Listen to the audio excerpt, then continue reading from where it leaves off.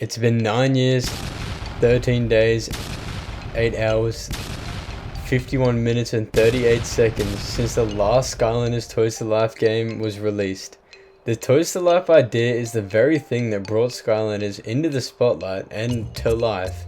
I mean, can you confidently say you'd be a fan of the series if these little guys didn't exist? Hell, I was 5 years old and even I knew these toys were something more special than any other lousy Spider-Man holding an AK-47 with Christmas lights strapped to him.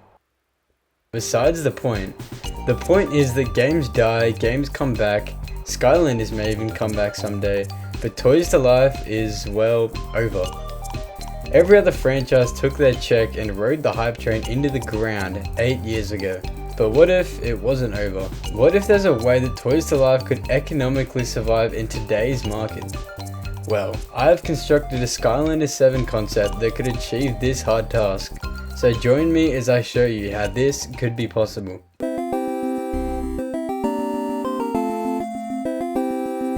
I won't focus on the lore too much as it's pretty clearly not the focus of this concept, but it does actually play into the cost of production as this game will be set in the Skylanders Miniverse, where according to the comics, only mini Skylanders can enter. This would create limited backwards compatibility, as hear me out, it would cost less. 150 unique Skylanders would take a lot of not only time, but resources and money. And most minis have a pretty simple moveset and are pretty easy to program. Along with not really having a purpose in the other games, I would honestly say that they were pretty useless to have in Trap Team, as Trap Team was so cluttered with stuff you had to buy. I would have rather them be released in Superchargers, but anyways, this game would give them a much bigger purpose, as they're some of the only Skylanders you can use in this game. And that may seem what the gimmick is, but the gimmick is not that there's minis, it's that there's Skylanders children. In the decade of absence of the Skylanders franchise, Skylanders have had their own kids, and they are definitely smaller than the average Skylander, so they can actually go into the Miniverse with you, along with the mini Skylanders, but just them two types of Skylanders. They would be combinations of your favorites, Spyro and Cinder, Bash and Flashwing, and probably the single funniest fan service that you could ever make, Flynn and Callie. I think this gimmick would not only give a new dynamic design to all these new Skylanders, but it would bring Skylanders Swap Force to an entire new level, completely mixing the elements and the Skylanders themselves into each other, like we've never seen before. This choice would not only make production less expensive as the Skylanders would be much smaller, but more importantly, imagine how cool it would be walking into your lounge room and seeing your kid playing as your favorite Skylanders kid from when you were a kid. This would give such a big appeal to old Portal Masters and new ones, as the new Skylander children all have a cute and, well, mini aesthetic somewhat, appealing to a younger audience. Yeah, that all sounds cool, but how on earth would you keep the figures on the shelves? Good question.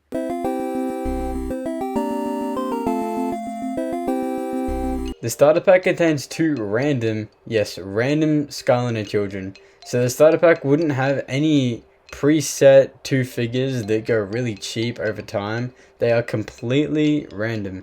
But don't stress out, as you can still see in the clear display which two random Skylanders you'd get, so you can pick out the ones you like. This will make the experience more personalized, as not everyone will be able to share the same experience, as they'd all have their own Skylanders. And in my opinion, it's a great move, as it would bring back that nostalgic one Skylander we all have, which was one of the first ones we got that we hold special to us, as it'd be like picking your first Skylander all over again. Along with the starter pack, there's also a random triple pack of 3 random Skylander children. This is in place as having solely 2 bundles to buy gets rid of the Skylanders taking up an entire aisle, making it more sustainable long term. But these random starter packs would make it so that the Skylanders would all be resold at an equal price no matter what. No cheap resales nor expensive ones. All Skylanders are equal, removing the Wave 4 Skylanders being discarded from shops or being thrown out because they take up so much room and aren't being sold. Think of it as Skylanders going indie inside of a shop, only taking up a fraction of the room while still selling the same amount of unique Skylanders. I mean, it's not like they're mystery box either. You can still look inside and see which Skylanders there are and then pick the ones you don't have. Overall, I think this marketing strategy is more sustainable while still making the same sales for the same prices as the last Skylanders games. This marketing strategy would also inadvertently create a healthy trading market, as everyone would be looking for different Skylanders, as the ones you get are completely randomized. So trading and reselling would maintain a stable price and be safe from any scalpers, except chase variants of course. The only negative I can see from this marketing strategy would be that I get people wanting to have the single pack display and then an untouched Skylander in their boxes.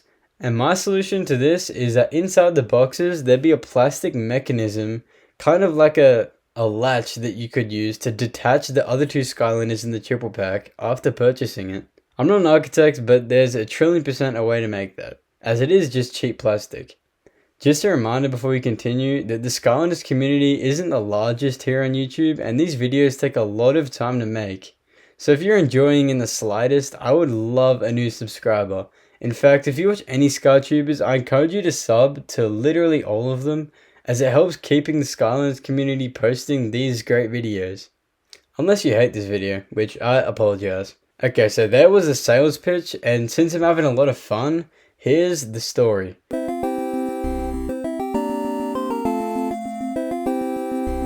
I know it's cliche with Chaos being the villain, but hear me out. Since he's so small, he figured out he can go into the Miniverse and have his own Skylands with no one able to stop him, because no one can fit through the portal. So it's up to the Skylander children and of course the veteran mini Skylanders to take down Chaos. Along with Broccoli Guy, he was randomly sucked up into the mini portal as he was nearby, and he's also small, and we love Broccoli Guy. So your minis and Skylander children venture through the Miniverse, which has the Trap Team aesthetic, kind of like a really colourful and saturated, less focused on big scenic shots like superchargers, to create kind of a more magical but smaller atmosphere. But as you venture through this Miniverse, you finally make your way to Chaos after a wild goose chase where he doesn't reveal what his secret plan has been this entire time, and he transforms into a giant Chaos. It kind of like be just a normal Chaos, not too hard on the crystals like the other games. Just a massive Chaos that does rogue attacks like kicks and punches. And since you're in the Miniverse, this would be like a really ginormous Chaos. And halfway through this intense fight, which is very hard, like weirdly difficult for some reason, he does a very bad swing and he hits the mini portal and rips it open. So the other Skylander giants, or other Skylanders in general that are bigger, come through the portal and help you defeat Chaos as NPCs.